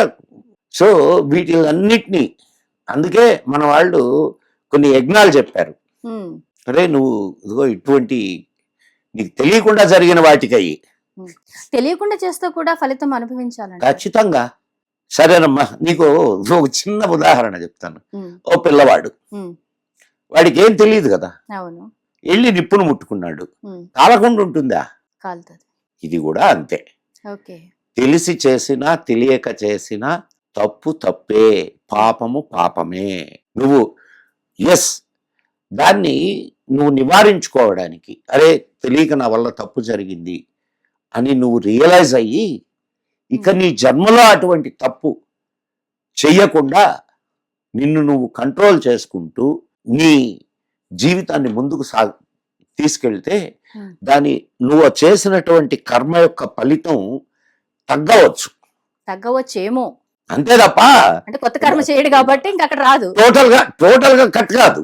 ఓకే, అనుభవించి తీరాల్సిందే. బాబోయ్, చాలా బాబోయ్ కాదు, నిజమైన సిద్ధాంతం ఇది. మన వల్ల ఒకళ్ళకి కీడు జరగకుండా, ఒకళ్ళు బాధపడకుండా మనం బతకాలి. కీడు జరగకుండా అంటే అనవసరంగా. ఇప్పుడు కృష్ణుడు అంతటి వాడు మహాభారత యుద్ధాన్ని నడిపాడు, అవునా? దాన్ని ఏమన్నారు? దాన్ని ధర్మయుద్ధం అన్నారు. అసలు నీకు భగవద్గీత స్టార్ట్ కావడమే ధర్మక్షేత్రే కురుక్షేత్రే సమవేతాయుయుత్సవ మామకా పాండవాశ్చైవ కిమ కుర్వత సంజయ దృష్ట్వా తు పాండవానీకం వ్యూఢం దుర్యోధనస్తదా ఆచార్యముపసంగమ్య రాజా వచనమబ్రవీత్. ధర్మక్షేత్రే కురుక్షేత్రే, ధర్మం అనే పదంతో మొదలైంది భగవద్గీత. కురుక్షేత్రం కూడా ధర్మక్షేత్రం అది. సో ధర్మాన్ని పట్టుకో, ధర్మాన్ని పట్టుకుంటే నువ్వు ఎటువంటి కర్మలు చేయాలా అనేది నీకు తెలుస్తుంది. మదన్ గుప్తా గారు, ఇప్పుడు కుటుంబ వ్యవస్థలు చూస్తున్నట్లయితే వైఫ్ అండ్ హస్బెండ్ మధ్య అసలు పడడం లేదు. అంటే ఒకళ్ళ మీద ఒకళ్ళు గొడవలు పెట్టుకోవడం కానివ్వండి, ఇల్లీగల్ అఫైర్స్ పెట్టుకోవడం కానివ్వండి, ఒకళ్ళనొకళ్ళు నిందించుకోవడము, ఇలాంటి సంస్కృతి ఎక్కువైపోయింది మన ఇండియాలో. ఇవి కూడా కర్మల లెక్కలోకి వస్తాయా? వీటికి కూడా పనిష్మెంట్ ఉంటుందా? ఉంటుందమ్మా, ఉంటుంది. ఎందుకు ఉండదు? అంటే మగవాడు చేస్తే తప్పు, మగవాడు చేస్తే తప్పు లేదా? ఆడది చేస్తే తప్పు వచ్చిందా? ఆడది చేసినా తప్పే, మగవాడు చేసినా తప్పే. తప్పు తప్పే. ఆ మధ్య ఒక పెద్దావిడి మాట్లాడుతూ భర్త చేసిన పుణ్యము బిడ్డలకు వస్తుంది, భార్యకి వస్తుంది, కానీ పాపము రాదు అని, భార్య చేసిన పాపము భర్తకు వస్తుంది, ఇలా ఏదో చెప్పుకొచ్చారు. ఒకళ్ళి పాప పుణ్యాలు ఇంకొకళ్ళకి వస్తాయా? ఒకళ్ళ పాప పుణ్యాలు ఇంకొకళ్ళకి వస్తాయి. ఎట్లా చెప్తాను? చెప్పండి. ఇప్పుడు మీ నాన్నగారు ఉన్నారు. ఉమ్, మీ నాన్నగారు అన్ని చాలా సత్కర్మలు చేస్తూ, చేశారు. ఉమ్, రోజు పూజ చేస్తూ, ఉమ్, మంచిగా ఆ, అధ్యయనం చేస్తూ ఉన్నారు. ఉమ్, నీకు ఎటువంటి సంస్కారం అలవడుద్ది? అదే వస్తుంది. ఆ? చిన్నప్పుడు చూసాం కదా నాన్నగారు ఎలా పెరిగారు, ఎలా చేశారు, నువ్వే సమాధానం చెప్తున్నావు అదే కానీ వస్తుంది నాకు ఆబ్వియస్లీ. అరే ఇది మంచి ఇది చెడు అనే విచక్షణ వస్తుంది, సాటి వారికి సాయం చేయాలన్న సంస్కారం వస్తుంది, మాట గమ్మున అనకుండా కంట్రోల్లో ఉంటాము, ఇవన్నీ ఆబ్వియస్లీ వచ్చేస్తాయి, చిన్నప్పటి నుంచి చూస్తాం కాబట్టి. మరి పాప పుణ్యాలు వచ్చినట్ట రానట్ట? తండ్రి చేసిన పాప పుణ్యం వచ్చినట్ట రానట్ట? నువ్వేమన్నావు ఇప్పుడు? నా తండ్రి దగ్గర నుంచి వచ్చినాయి అని అన్నావు. ఓకే, నిజమే సుమి, కరెక్టే, మీరు ఆన్సర్ నా దగ్గర నుంచే రప్పించారు. మనకు మనకు తెలుసు ఆన్సరు, కానీ గుర్తించడంలా. ఎగ్జాక్ట్లీ, అవునండి. నీకు ఈ ఆన్సర్ తెలిసింది కదా ఇప్పుడు, అవును, కానీ నువ్వు గుర్తించలా. ఇది కరెక్టా కాదా అనే సందేహం నీకు ఉంది. ఉంది. సో పాప పుణ్యాలు, తల్లిదండ్రుల పాప పుణ్యాలు బిడ్డలకు వస్తాయి. బిడ్డలకు వస్తాయి. వామ్మో. సో ఇందులో నువ్వు చూడు, చెడు నడత కలిగినటువంటి తల్లిదండ్రులకు పుట్టిన బిడ్డలు వాళ్ళు అనుభవించేటటువంటి కష్టాలు చూడు, వాళ్ళు అనుభవించే మానసిక వ్యధ చూడు. ఒకవేళ బిడ్డ మంచోడైతే, తండ్రి తాగుపోతమ్మా, బిడ్డ మంచోడే, కానీ వాడికి ఎంత మానసిక వ్యధ ఉంటుందో తెలుసా? మరి వాడు చేస్తున్న పాపం వీడికి అంటినట్టా కాదా? ఈ మానసిక వ్యధ కారణం ఏమిటి? తండ్రి కాదు. తండ్రి. ఒక కుటుంబంలో మనశ్శాంతి లేకపోవడానికి, ఒక కుటుంబం విచ్ఛిన్నం కావడానికి ప్రధాన బాధ్యత, ప్రధాన పాత్ర ఎవరిదంటారు? భర్తదా, భార్యదా? అంటే ఏం చెప్తారు? ఇద్దరిదే అని చెప్తా. భర్తకి ఎంత బాధ్యత ఉందో భార్యకు కూడా అంతే బాధ్యత ఉంది. కానీ భార్య వల్లే మాకు ఈ తలనొప్పులన్నీ అనుకునే భర్తలు చాలా మంది ఉన్నారు. నేనేం భర్త చేస్తాను, వల్లే నాకు ఈ బాధలన్నీ అనుకునే భార్యలు లేరా? భార్యలు కూడా ఉన్నారు. సో ఇద్దరులో ఎవరు కరెక్ట్ గా ఉంటే కుటుంబం బాగుంటది అంటారు? ఇద్దరు కరెక్ట్ గా ఉంటేనే కుటుంబం బాగుంటుంది. సర్దుకుపోవడం నేర్చుకోవాలా. ఓకే. ఇప్పుడు నేను ఒక 10 రోజుల ముందు అనుకుంటా, అఫ్ కోర్స్ అది పెద్దగా ఇదిగా లేదు, వివాహం మీద ఒక వీడియో చేశా మదన్ గుప్తా ఛానల్లో. నువ్వు అది చూడు, ఒక గంట వీడియో. నీకు ఎవరిది తప్పు ఎవరిది ఒప్పు అనేది నీకు అర్థం అవుద్ది. ఓకే, అక్కడ మాట్లాడేస్తారు, ఇక్కడ కూడా ఒకసారి మనం ఒక వీడియో చేద్దాం. ఒక గంట సేపు అది. యాక్చువల్ గా జరిగింది ఏంటంటే, నా పెద్ద కూతురు పెళ్లి సమయంలో వచ్చిన అతిథులకి రిటర్న్ గిఫ్ట్ గా ఏమి ఇవ్వాలా అని ఆలోచించా. నేనేమనుకుంటున్నాను, నా కూతురు కాపురం బాగుండాలి అని కదా కోరుకుంటాను తండ్రిగా. నా కూతురు కాపురం బాగుండాలని కోరుకున్నప్పుడు నా కూతుర్ని ఆశీర్వదించడానికి వచ్చిన వాళ్ళ కుటుంబాలు కూడా బాగుండాలని కోరుకోవాలి కదా. అందుకోసంగా నేను ఈ స్క్రిప్ట్ 10 ఏళ్ల క్రితం తయారు చేసుకున్నా. ఇది వివాహ స్ఫూర్తి అని. అది సీడీలుగా తయారు చేసి అందరికీ ఇచ్చా, రిటర్న్ గిఫ్ట్ గా. చాలా విలువైంది. చాలా మంచి రెస్పాన్స్ వచ్చింది, చాలా మంచి రెస్పాన్స్ వచ్చింది దానికి. సరే 10 ఏళ్ల తర్వాత దాన్ని అందరూ మర్చిపోయి ఉంటారు, మళ్ళా ఒకసారి గుర్తు చేద్దామని చేశాను అనమాట. మీకు ఒక చిన్న దాంట్లో నుంచి ఒక చిన్న ఉదాహరణ నీకు చెప్తాను. ఇప్పుడు అంటే సమస్య ఉంటుంది, సొల్యూషన్ ఉంటుందమ్మా. నువ్వు సమస్యను మాత్రమే పట్టుకొని కూర్చుంటే సొల్యూషన్ దొరకదు. ఉదయాన్నే ఒక భార్యామణి బాత్రూంలోకి వెళ్ళింది, నవ్వుతూ తుళ్ళుతూ ఆనందంగా వెళ్ళింది. బాత్రూంలో నుంచి బయటకు వచ్చేటప్పుడు, మీకు అసలు బుద్ధి ఉందా, ఏమన్నా మనుషులా కాదా, ఎన్నిసార్లు చెప్పాను నేను అని చెప్పి అరవడం మొదలుపెట్టింది. భర్త లోపలికి వెళ్ళేటప్పుడు ఆనందంగానే ఉన్నావు కదా, బయటకు వచ్చేసరికి ఏమైంది, ఎందుకే ఇంతలా ఇరిటేట్ అయిపోతున్నావు అని చెప్పి అన్నాడు. మీకు పేస్ట్ కి కొసన ఒత్తమని చెప్పాను కదా, మీరు మధ్యలోనే ఒత్తుతారు ఎందుకు? మధ్యలో ఒత్తితే ఏమైంది, వచ్చేది పేస్టే కదా. అవును. ఆ? ఉమ్. ఇంకా అక్కడి నుంచి గొడవ మొదలు. ఉమ్. విషయం చాలా చిన్నది, అవును. అవునా కదా? చాలా చిన్న ఇష్యూ, ఉమ్. సొల్యూషన్ లేదా? ఉంది. అసలు అది ఇష్యూనే కాదు. ఏంది చెప్పు సొల్యూషన్? అది అసలు ఇష్యూనే కాదు నా ఎందుకు దృష్టిలో కాదు? అయితే. ఎందుకు ఎక్కడికప్పుడు కాదు? అది ఏమైంది? ఇష్యూనే. ఇష్యూ కాబట్టి ఇద్దరు కొట్టుకు చస్తున్నారు. లేదు లేదు లేదు. లోపల ఉన్నంతసేపు వాళ్ళ ఆలోచన అంతా ప్రశాంతంగానే ఉంటుంది. బయటికి రాగానే ఏదో ఒకటి అనాలి, ఏదో ఒకటి తిట్టాలి, ఏదో ఒకటి అరవాలి అని కాదమ్మా, intention ఉంటుంది కాబట్టి అలా చెప్తా పెట్టారేమో. నేను. సి రైట్, దానికి సొల్యూషన్ కూడా ఉంది. ఉమ్. ఇంకొక పేస్ట్ కొని ఆడబెట్టు, ఇదిగో ఇది నువ్వు వాడుకో, అది నేను వాడుకుంటానని చెప్పు. Okay. Is it not simple solution? అక్కడ పేస్ట్ కాదు, ego. Ego and intention. Ego. నీ ఈగోని నువ్వు తగ్గించుకోగలిగితే నీ కాపురం. ఇప్పుడు భర్త బయటికి వెళ్ళాడమ్మా, ఎన్నో సమస్యలతో ఇంటికి వస్తాడు. ఆదరంగా కూర్చోబెట్టి కాసేపు మంచినీళ్ళు ఇచ్చి ఆయన్ని ఇస్తే కొంత ప్లీజ్ అవుతాడు, అతని ఇన్నర్ ఇది తగ్గుద్ది. వాడి ఇంటికి రాగానే ఏమండి ఉల్లిపాయలు తెమ్మన్నాను మర్చిపోయారే, ఏం గుర్తుండవా? ఇంటి బయటకు వెళ్తే ఇంటి సంగతి అది గుర్తుండదా మీకు? వేరే లెవెల్. అవునా కదా? ఇదే సీన్స్ మనం ఇళ్లలో చూస్తాం. ఎగ్జాక్ట్లీ అతి తారాస్థాయిలో ఎత్తుకుంటారు. ఏం చెప్పాము వాళ్ళు చూడగానే అబ్బా ఇంటికి వచ్చాము. అదే భార్యామణి కూడా వర్కింగ్ ఉమెన్ అనుకో, ఆమె నీరసంగా వస్తుంది. ఇంటికి రాగానే మీకు బట్టలు ఆరేసాను తీయమని చెప్పాను, బట్టలు కూడా తీలేరా, కనీసం ఆ పని కూడా చేయలేరా? ఎగ్జాక్ట్లీ.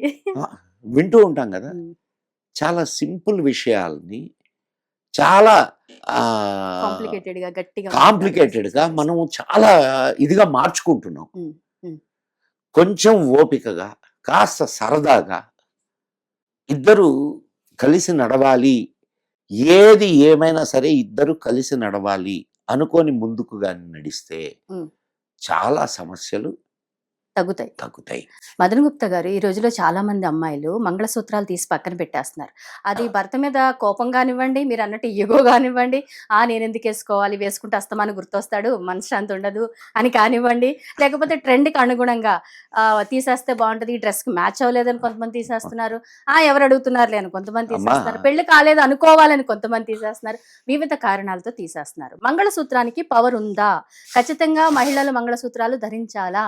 భారతదేశంలో మంగళసూత్రం కాదు, పసుపు కొమ్ము కట్టుకున్నా గానీ పవర్ ఉంది. మంగళసూత్రానికి పూజ చేసేటప్పుడు కొన్ని మంత్రాలు చెప్తారు. దాంట్లో భద్ర అనే మంత్రం వస్తుంది. అంటే దాని అర్థం ఏందంటే కాపాడేది. దేన్ని కాపాడేది? నీ సంసారాన్ని కాపాడేది. భర్త తాళి కట్టేటప్పుడు ఒక మంత్రం చెప్తాడు. ఏమని చెప్తాడు? మాంగళ్యం తంతునానేనా మమ జీవన హేతునా కంటే భద్మాని సుభగే త్వం జీవ శరదస్యతం. ఇదిగో నా జీవనానికి హేతువైనటువంటి మంగళసూత్రాన్ని నీ మెడలో కడుతున్నాను. ఇది నా జీవనానికి, నీ జీవనానికి కాదు, ఇది నా జీవనానికి. బాగా అర్థం చేసుకోమ్మా, నీ జీవనానికి కాదు, నా జీవనానికి హేతు ఇది. దీన్ని నీ మెడలో కడుతున్నాను, దీన్ని నువ్వు జాగ్రత్తగా కాపాడుకో. అంటే ఏమని అర్థం? నా జీవితాన్ని బాగా కాపాడవే అని చెప్తున్నాడు. అందుకే తీసేస్తున్నారండి మహిళలు. అతను ప్రేమగా చూసుకోవట్లేదు నన్ను, అతను ఈగోగా బిహేవ్ చేస్తున్నాడు, నా కష్ట సుఖాలు పట్టించుకోవట్లేదు, ఎందుకు నేను వేసుకోవాలని తీసేస్తున్నాడు కదా. నా కష్ట సుఖాలు పట్టించుకోవడం లేదు. నువ్వేమాత్రం పట్టించుకున్నావు? నీ వైపు నుంచి ఆలోచించావా? ఎందుకు పట్టించుకోవడం లేదు? పెళ్ళైన కొత్తలో ఇద్దరు హనీమూన్కి వెళ్ళొచ్చారా? అద్భుతంగా తిరిగారా? ఒకరికొకరు చాలా ఆనందంగా ఉన్నారా? ఇప్పుడు ఏమైంది? ఇగో నువ్వే చెప్తున్నావుగా, నేను చెప్పడం లేదు. అంటే చాలా ఫ్యామిలీస్ మనం చూస్తున్నాం. లేదమ్మా, it is true. It is true. ఏం కొంచెం సర్దుకుపోతే ఇప్పుడు నేను మా ఆవిడ ఉమ్. పెళ్ళైన కొత్తలో నుంచి ఉమ్. ఇప్పటి వరకు నిన్న కూడా ఉమ్. ఒక 5 రోజుల క్రితం కూడా ఎన్ని సంవత్సరాలు తమిళ అయిందండి మీ మ్యారేజ్? 40 ఏళ్ళు అయింది. 40 ఏళ్ళు. ఆ. ఎన్ని గొడవలు అయి ఉంటాయో, ఎన్ని కలిసిపోయి ఉంటారో, ఎన్ని కొట్లాడలు అయి ఉంటాయో. ఇగో ఏ రేంజ్ లో కొట్టిన రోజులు కూడా ఉన్నాయి. కొట్టుకున్నారా? కొట్టడం అంటే గట్టిగా కాదులే. అదేలేండి. ఆ, it is not mean that ఆమె మీద నాకు ప్రేమ లేదని కాదు. అవును అవును. మేము ఆ, మొత్తం దేశం అంతా తిరిగాం. ఉమ్. ఇద్దరం ఉమ్. ఇద్దరం ఉమ్. నాతోటే ఆమె గుడి మెట్ల మీద పడుకుంది, సత్రాల్లో పడుకుంది, ఉమ్. ఎడ్ల బండ్లలో ప్రయాణం చేసింది, ఉమ్. బస్సుల పైనెక్కి ప్రయాణం చేసింది. She an officer in United India Insurance. Insurance company officer. ఉమ్. నడిచి తిరిగింది ఉమ్. అడవుల్లో ఉమ్. అడవుల్లో. మా ఇద్దరి మధ్య ప్రేమ లేదని ఎందుకు అనుకుంటున్నావు? ఎస్, గొడవలు ప్రేమ. వస్తాయి, గొడవలు వస్తాయి. గొడవలు రావని చెప్పట్లే, ఇద్దరం మనుషులం కాదు. అవును అవును. నాకు ఎప్పుడో కోపం వస్తుంది, ఆమెకి ఎప్పుడో కోపం వస్తుంది. ఉమ్. ఆమె కోపం వచ్చినప్పుడు ఇంకో రకంగా చూపిస్తుంది, నాకు కోపం వచ్చినప్పుడు ఇంకో రకంగా మదన్ గుప్తా చూపిస్తుంది. గారు, మీరు అమ్మాయిలతో గానీ ఎవరైనా ఆంటీలతో గానీ మాట్లాడుతుంటే మీ వైఫ్ రియాక్షన్ ఎలా ఉండేది? అంటే ఇప్పుడు ఆ గొడవలు ఎక్కువైపోయినాయి ఇప్పుడు కదా. ఏం లేదులే. ఈ వయసులో ఈ వయసులో యాక్చువల్లీ ఇప్పుడు వైఫ్ అండ్ హస్బెండ్ మధ్యలో గొడవలకి ప్రధాన కారణం ఇదే. అమ్మా ఆమె చూడమ్మా, ఒక్క మాట చెప్తాను నేను. నీ మీద ఆ నమ్మకం, ఆ ఇదిని నువ్వు కలిగించుకోలేకపోయావు. అది ఓకే. నా భర్త నన్ను కాకుండా ఇంకెవరిని ఇది చేయడు అనేటటువంటి నమ్మకాన్ని నువ్వు కలిగించుకోలేకపోయావు. ఉమ్. ఖచ్చితంగా అనుమానం ఉంటుందమ్మా. నువ్వు భర్తకు కూడా అనుమానం ఉండదా? ఉంటది. భార్య ఇప్పుడు భార్య ఎవరితోనో మాట్లాడుతుంటే, ఉమ్. భార్య ఇప్పుడు సపోజ్ మా మిస్సెస్ ఉమ్. ఆఫీస్లో పనిచేస్తుంది, ఉమ్. ఆఫీస్లో కొంచెం సన్నిహితంగా మెలిగేటటువంటి వాళ్ళు కొలీగ్స్ ఉంటారు, ఉంటారు. ఉమ్. వాళ్ళతో కష్ట సుఖాలు పంచుకోవచ్చు. తను ఒక స్నేహితుడుగా తన్ని, అంత మాత్రాన నువ్వు ఆమెను అనుమానిస్తే అంటే నీకు ఆమె క్యారెక్టర్ మీద నమ్మకం లేదు అని. ఇంక నువ్వు ఆమెను గురించి తెలుసుకున్నది ఎప్పుడు? ఆమెను గురించి అర్థం చేసుకున్నది ఎప్పుడు? నేను ఎవరో విషయం చెప్పడంలా, నా విషయమే చెప్తున్నా. సో అర్థం చేసుకోవాలి నువ్వు. ఇప్పుడు నాతో తప్ప ఇంకొక ఆడదాంతో మాట్లాడకూడదు. అవి జరగని పనులండి. సొసైటీలో అన్నాక, సమాజంలో ఉన్నాక జరగవు. అవి మాట్లాడతారు, కానీ నమ్మకం ఉండాలి కదా. అది ఒకరి మీద ఒకరికి నమ్మకం ప్రేమ, ఉండాలి, గౌరవం, రెస్పెక్ట్ ఉండాలి.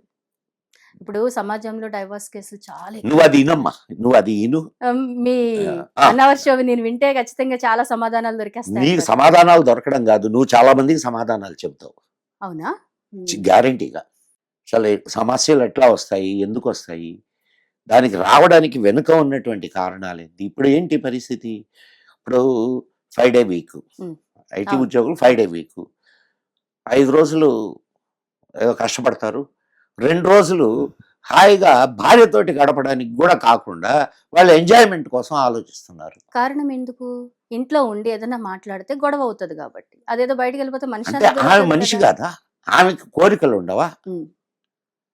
నువ్వు ఆమె వైపు నుంచి ఆలోచించడం మొదలు పెడితే ఆమె కూడా నీ వైపు నుంచి ఆలోచించడం మొదలు పెడుద్ది. నువ్వు నీ సౌఖ్యము, నీ ఆనందము చూసుకుంటే ఆమె ఇప్పుడు ఆమె సౌఖ్యము ఆనందం చూసుకునేటటువంటి మనస్తత్వం ఉంటే ఇంకో రకంగా ప్రవర్తిస్తుంది. సర్దుకుపోయే మనస్తత్వం ఉంటే నా కర్మలు బుద్ధి దొరికాడు రాయుడు అనుకుంటుంది. సరే, ఇప్పుడు గొడవలు అవుతున్న భార్య భర్తలకి మళ్ళీ కలిసిపోవాలి, మా ఫ్యామిలీ మంచిగా ఉండాలి అనుకునే వాళ్ళకి ఏ రకంగా కలవాలంటారు? ఎలాంటి విషయాల్లో తగ్గడము? మొట్టమొదట ఒక్క విషయం గుర్తుపెట్టుకోమ్మా. చెప్పండి. పెళ్లి అనేది ఇద్దరు అపరిపూర్ణ వ్యక్తుల కలయిక. ఇద్దరికి సొసైటీ అంటే తెలీదు, పెళ్లి అనే విషయంలో అసలు ఎట్లా ఉండాలి అనేది తెలియదు. వాళ్ళిద్దరికి ఇద్దరి తల్లిదండ్రులు చెప్పాలా, మీరు ఇట్లా ఉండాలా, ఇట్లా నడుచుకోవాలా, ఇటువంటి పరిస్థితులు ఎదురైనప్పుడు ఇలా ప్రవర్తించండి, ఇలా ఆలోచించండి అని మనం చెప్పగలిగినప్పుడు ఏదైనా సమస్య వచ్చిందమ్మా, ఇప్పుడు తల్లిదండ్రుల దగ్గర ఉండడం వల్ల పిల్లలు, అవును తల్లిదండ్రులు ఎక్కడో పల్లెటూరులో ఉంటారు, బిడ్డలు ఎక్కడో ఇక్కడ హైదరాబాద్ లో ఎక్కడో ఉద్యోగం చేస్తుంటారు. ఇక్కడ వీళ్ళకి ఏదైనా సమస్య వస్తే వీళ్ళిద్దరు కొట్టుకు చేస్తుంటారు, వాళ్ళకి తెలియదు. ఇది పెద్ద గొడవ అయినప్పుడు అప్పుడు తెలుస్తుంది వాళ్ళకి. ఒకవేళ ముందుగా తెలుస్తున్నా, ఇందాక అనుకున్నాం కదా, ఈగో, ఆడిని అంత కట్నం పోసి కొనుక్కుంటే ఆడట్ట మాట్లాడతాడా అని అమ్మాయి తల్లిదండ్రులు. ఇంటికి వచ్చిన ఆడపిల్ల ఎంత అణకువగా ఉండాలో తెలీదా అబ్బాయి తల్లిదండ్రులు? ఏమైంది దీనివల్ల? వాళ్ళు కాస్త ఆజ్యం పోసారు, వీళ్ళు కాస్త ఆజ్యం పోసారు. ఇంకా అది విడాకులకు కాక ఇంక దానికి పోద్ది. అమ్మా ఏదో అంటే అన్నాళ్ళే అమ్మా, కాస్త సర్దుకుపో, అర్థం చేసుకోవడానికి ప్రయత్నం చేయి తల్లి అలా చెప్పాలి. అబ్బాయి అన్నాడు అనుకోండి, రే ఆ బిడ్డ మన ఇంటికి వచ్చిందిరా, మన మన వంశాన్ని ఉద్ధరించే అమ్మాయి, మన వంశానికి. ఇప్పుడు రేపు బిడ్డ పుడితే వాడు ఏ వంశం వాడవుతాడు? అబ్బాయి తరపు. మరి అటువంటి బిడ్డ ఏదైనా ఒక తప్పు చేస్తే కాస్త సర్దుకుపోనాయన అని చెప్పగలిగినటువంటి తల్లిదండ్రులు ఉండాలి. వాళ్ళ గొప్పల కోసం బిడ్డల జీవితాన్ని నాశనం చేస్తే ఎట్లా? సో కాబట్టి మొట్టమొదట ఒకరినొకరు అర్థం చేసుకోవడం, సమస్య వచ్చినప్పుడు సర్దుకుపోవడం, ఈ రెండు చేయగలిగితే ఫస్ట్ ఇద్దరు పెళ్లి కలకాలం నిలుస్తుంది. కాదండి మదన్ గుప్తా గారు, ఫస్ట్ ఇద్దరు వాయిస్ తగ్గించి మాట్లాడుకోవడం, నిదానంగా కూర్చుని డిస్కస్ చేసుకుంటే ప్రాబ్లమ్స్ క్లియర్ అయిపోయేలాగా ఉంది. ఖచ్చితంగా వాయిస్ తగ్గించుకోవాలండి, అరిచేసుకుని గట్టిగా అరిచి ఆధిక్యాన్ని ప్రదర్శించకు అలాగా ఎవరు ఎంత గట్టిగా మాట్లాడేస్తే వాళ్ళు అంత కరెక్ట్ అనే ధోరణిలో మాట్లాడేస్తుంటారు. ఇప్పుడు ఎప్పుడు వాదించకూడదమ్మా. వాదించడం మొదలు పెడితే డిబేట్ లో నువ్వు గొప్పగా వాదించి అవతల వాడు నోరు మూయించావు అనుకో, నువ్వు గెలిచినట్టు. కానీ you are losing a person. Exactly, అవతల వాళ్ళు హర్ట్ అవుతారు కాబట్టి. సో నువ్వు చెప్పదలుచుకున్నది సామరస్యంగా చెప్పడానికి ప్రయత్నం చేయి, లేదు వాళ్ళు చెప్తున్నది సామరస్యంగా వినడానికి ప్రయత్నం చేయి. అంతేగాని నీ అభిప్రాయాలనే ఇంప్లిమెంట్ కావాలి, నీ అభిప్రాయాలనే అవతల వాళ్ళు పాటించాలి, గౌరవించాలి అని అనుకుంటే ఇది ఇట్టే ఏడుస్తుంది. అంతే అంటారు? ఖచ్చితంగా. లేకపోతే మన పెద్దలు చచ్చేదాకా కలిసే బతికారు కదమ్మా. మరి ఎట్లా బ్రతికారు? ఏం వాళ్ళకి లేవా సమస్యలా? ఆ రోజుల్లో డబ్బుకి ఇంత విలువ లేదు కదండి. ఇప్పుడు డబ్బు విషయం కూడా ప్రధాన భూమిక పోషిస్తుంది. అమ్మాయి నీకు తెలియదేమో, ఏ రోజుల్లో అయినా డబ్బుకు విలువ ఉంది. భర్త సంపాదన తక్కువైపోవడం వల్ల లేదు. నేను మీకు చెప్తా, నేను మా నాన్నగారు టీచరు, లెక్చరర్, మా అమ్మ టీచరే. మా నాన్నగారి నెల జీతం తీసుకొని వచ్చి మా అమ్మకి ఇచ్చి ఖర్చులకి డబ్బులు ఇవే అనేవాడు. మరి ఇప్పుడు అలా ఎవరు అంటలేదు కదండి, గూగుల్ పేలే చేసుకుంటున్నారు. నేను అంటున్నది అదే. ఇప్పుడు నేను నాకేదైనా డబ్బులు వచ్చినాయి అనుకో, మా ఆవిడకి ఇచ్చేస్తా. ఇచ్చేసి ఇదిగో నాకు అఫ్ కోర్స్ నేను ఎక్కువ తీసుకుంటుంటాను, అది వేరే విషయం. మీరు తక్కువ ఇచ్చి ఎక్కువ తీసుకుంటుంటారు అది మామూలుగా. ఓకే. అంటే మీకు మ్యారేజ్ జరిగినప్పుడు మీ మదర్ చెప్పారా, నీకు వచ్చిన సంపాదన తీసుకెళ్లి భార్య చేతిలో పెట్టు అని ఆ రోజుల్లో చెప్పారు? లేదు లేదు లేదు, నేను నీకు ఒక విషయం చెప్తాను. నేనమ్మా, నాకు కొన్ని విషయాలు అర్థమైంది. డబ్బులు నా దగ్గర ఉంటే అనవసరంగా ఖర్చు అవుతాయన్న సంగతి నాకు అర్థమైంది. సో ఆమె she is very conscious about her family. ఆమెకి ఫ్యామిలీ మీద కాన్షియస్నెస్ ఎక్కువ. ఒక్క రూపాయి కూడా అనవసరంగా ఖర్చు పెట్టదు, తనకు కూడా ఖర్చు పెట్టుకోదు. ఫ్యామిలీకి అవసరమైనంత వరకు చేస్తుంది. సో ఆమె నా ఫర్ యువర్ కైండ్ ఇన్ఫర్మేషన్, ఆమె జీతం ఎంతో ఈ రోజుకు నాకు తెలియదు. అవసరమే ఉంది నాకు. అందరూ మీలా ఉండరు కదండి మదన్ గుప్తా గారు. నేను ఉండమని చెప్పడం లేదమ్మా, వాళ్ళలాగానే ఉండమను, వాళ్ళలాగానే ఉండమను. కానీ సమస్య వచ్చినప్పుడు సర్దుకుపోమ్మను. అందరూ ఒకలా ఉండరు. అందరూ ఒకలా ఉంటే ప్రపంచంలో అందం కూడా ఉండదు. అంతే ఇప్పుడు నువ్వు తెల్లగా నేను నల్లగా ఇంకొక రంగులో ఉన్నాడు కాబట్టి అందంగా ఈ ప్రపంచం కనిపిస్తుంది. సో అందమైన కుటుంబాన్ని కట్టుకోవాలి అంటే భార్యాభర్తలు ఇద్దరి చేతుల్లోనే ఉంది. ఖచ్చితంగా అమ్మ. భార్యాభర్తలు ఇద్దరి చేతుల్లోనే కాదు, వాళ్ళ పెద్దల చేతులలో కూడా. ఇప్పుడు ఒక కొత్త కుటుంబం నిర్మాణం అవుతున్నది అక్కడ. ఆ విషయాన్ని గుర్తుపెట్టుకొని వాళ్లకు ఎటువంటి సలహా మనం ఇవ్వాలి అనేది ఆలోచించి పెద్దలు ఇవ్వగలిగితే సమస్య అన్ని కుటుంబాలు బాగుంటాయి. Super super. Thank you very much అండి మదన్ గారు, చాలా విషయాలు చెప్పారు. ఓం నమః శివాయ. హిట్ టీవీ యాప్, ఇందులో short news, live news, entertainment shows, movies, digital magazines తో పాటు మీ జిల్లా వార్తలను కూడా ఫ్రీగా చూడొచ్చు. ఇంకెందుకు ఆలస్యం, వెంటనే హిట్ టీవీ యాప్ ని డౌన్లోడ్ చేసుకుని ఫ్రీగా ఎంటర్టైన్మెంట్ పొందండి. Hit TV app. Hit TV app. Please download hit TV app. Hit TV app ని ఫ్రీగా డౌన్లోడ్ చేసుకొని ఎంజాయ్ చేయండి. మీకు నచ్చిన ఎంటర్టైన్మెంట్ కోసం హిట్ టీవీ యాప్ ని ఫ్రీగా డౌన్లోడ్ చేసుకుని ఎంజాయ్ చేయండి. హిట్ టీవీ యాప్ ని డౌన్లోడ్ చేసుకుని ఆస్వాదించండి, ఆశీర్వదించండి. ఇంతమంది సెలబ్రిటీలు హిట్ టీవీ యాప్ ని డౌన్లోడ్ చేసుకోండి అని చెప్తున్నారంటే ఎంత మంచి యాప్ ఆలోచించండి. అమెరికా అమెరికా అమెరికా అమెరికాలో చదవాలనుకునే వాళ్ళకి విశ్వసనీయమైన పేరు మన శౌర్య కన్సల్టెన్సీ. UK లో 1 year masters. UK లో 1 year masters. 2 years work permit up to 5 years visa. Contact Saurya Consultancy. Contact 89851 89851.